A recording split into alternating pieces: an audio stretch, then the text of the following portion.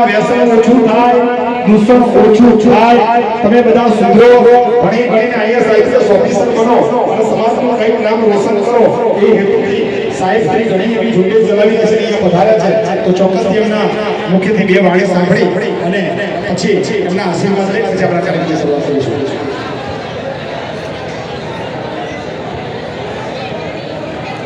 બોલો ખોડિયાર માતા કી, બોલો સિંધુડી માતા કી, બોલો મેલડી માતા કી, બોલો દાદા રખાની, બોલો માં મેલડી જોગણી હરકમય માતા કી, બોલો સમગ્ર સમાજની કુળદેવીની. આજે આ લીંચ ગામમાં માં ખોડિયાર, માં મેલડી, માં જોગણી એનું મંદિર ની સ્થાપના કરી એનો પાટોત્સવ ઉજવ્યો છે.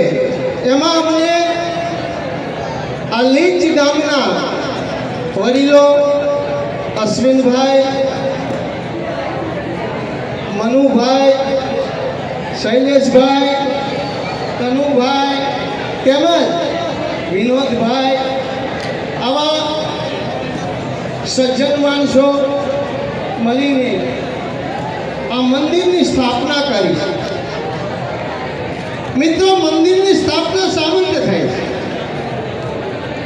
આપણને મોંઘો મનુષ્ય દેહ મળે છે, પણ આપણને અવતાર મળ્યા પછી આપણે કેવું જીવન જીવવું જોઈએ એની એક આપણને પાઠશાળા, જેમ પાઠશાળામાં જ્ઞાન આપવામાં આવે છે એમ મંદિરમાં પણ એક સજ્જન માણસ બનો, એક સારો માણસ બની અને સત્કર્મ કરો. જે સમાજમાં તમારો જન્મ થયો છે એ સમાજને તમારું કંઈક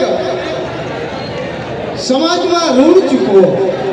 આ દરેક જ્ઞાન આપણને આપણા સંસ્કૃતિમાં આપવામાં આવે છે અને એના માટે આપણે આ મંદિરની સ્થાપના થાય છે. આપણો હિન્દુ સમાજની અંદર અનેક સંપ્રદાયો છે, પણ એમાં હું માનું છું કે હિન્દુ સંસ્કૃતિની અંદર આ દેવી પૂજક સમાજ એ અભિન્ન અંગ છે. આ હિન્દુ ધર્મનો દેવી પૂજક સમાજ એ અભિન્ન અંગ છે. આપણો સમાજ કોઈ ધર્મ પરિવર્તન કરતો નથી.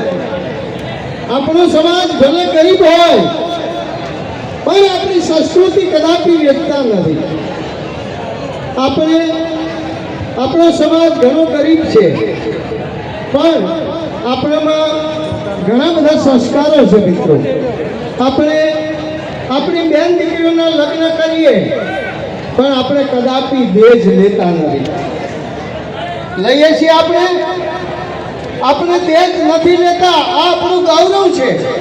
બીજી વાત કરું કે સાહેબ, આપણે ગમે એટલા ગરીબ હોય, આપણે નાની ઝૂંપડીમાં રહેતા હોય પણ આપણે આપણા મા બાપને કદાપી આપણે વૃદ્ધાશ્રમમાં મૂકવા નથી જતા.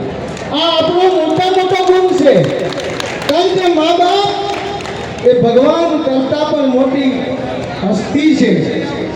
જે મા બાપને તમે એનું ગુણ ચૂકવશો એ કદાપી દુઃખી નહીં હોય.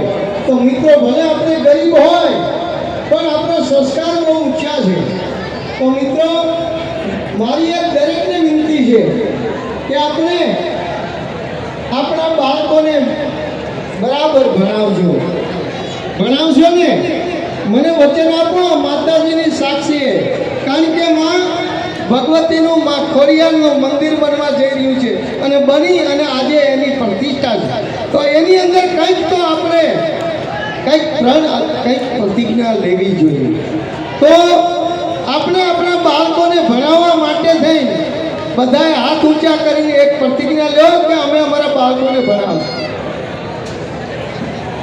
ભણાવશો ને બીજી પ્રતિજ્ઞા એ લો કે સાહેબ આપણે વ્યસનમાંથી મુક્ત થવાનું છે, દારૂ પી અને આપણી સમાજને બદનામ ન થાય એવું કોઈએ કામ કરવાનું નથી. આવું ધર્મ કાર્યની હોય અને ત્યારે તમે જો દારૂ પીતા હોય, વ્યસન કરતા હોય, એ આવા ઝઘડા કરીને આ પવિત્ર એક પર્વ ઉત્સવ થયો છે એની અંદર કલંક લગાડતા હોય ને તો એ દારૂ પીનારા માણસો જ કરી શકે. બાકી બીજા માણસો સામાન્ય જીવન જીવતા હોય અને દારૂને અડતા ન હોય એ આવું કદાપી ન કરી શકે. તો મિત્રો, આ તમારા ગામની લીંચની હું સમગ્ર ભારતમાં ફર્યું છું, 27 રાજ્યમાં, પંજાબથી માંડીને છે કે ઓરિસ્સા, આંધ્રપ્રદેશ સુધી, તામિલનાડુ, કર્ણાટક, ઓરિસ્સા, આંધ્રપ્રદેશ, છત્તીસગઢ, બિહાર હોય, આસામ હોય, અગરતલા, પશ્ચિમ બંગાળ, આ બધામાં આપણી સમાજની વસ્તી છે. અને અમે અખિલ ભારતીય આદિમ મહાસંઘ દ્વારા સર્વે કર્યો તો આપણી સમગ્ર ભારતની અંદર 13 કરોડની જનતા છે. કેટલી છે? 13 કરોડની જનતા. આ લોકો કદાચ તમે બીજા રાજ્યમાં, આંધ્રપ્રદેશમાં જાઓ, ઓરિસ્સામાં જાઓ, તમને એમ લાગે કે આ કોઈ આપણા સમાજના નથી. એ લોકોની ભાષા ત્યાંની જ છે, તેલુગુ હોય છે, આંધ્રપ્રદેશની હોય છે, ઘણા પંજાબના હોય તો પંજાબી ભાષા. પણ આપણા જ્યારે 1871માં ક્રિમિનલ કોમ્યુનિટી એક્ટ અંગ્રેજોએ લગાડ્યો ત્યારે આપણા સમાજના જે લોકો આ રાજસ્થાનની અંદર હતા, ગુજરાતની અંદર હતા, એ વખતે 1800ની સદીમાં આપણો 60% પ્રજા અમારી પારધી લોકોની હતી છે. જ્યારે આ મહારાણા પ્રતાપ હતા કે શિવાજી હતા, એ વખતે જો લડાઈમાં પાયદળમાં જો જે ખરેખર લડતા હતા ને એ અમારા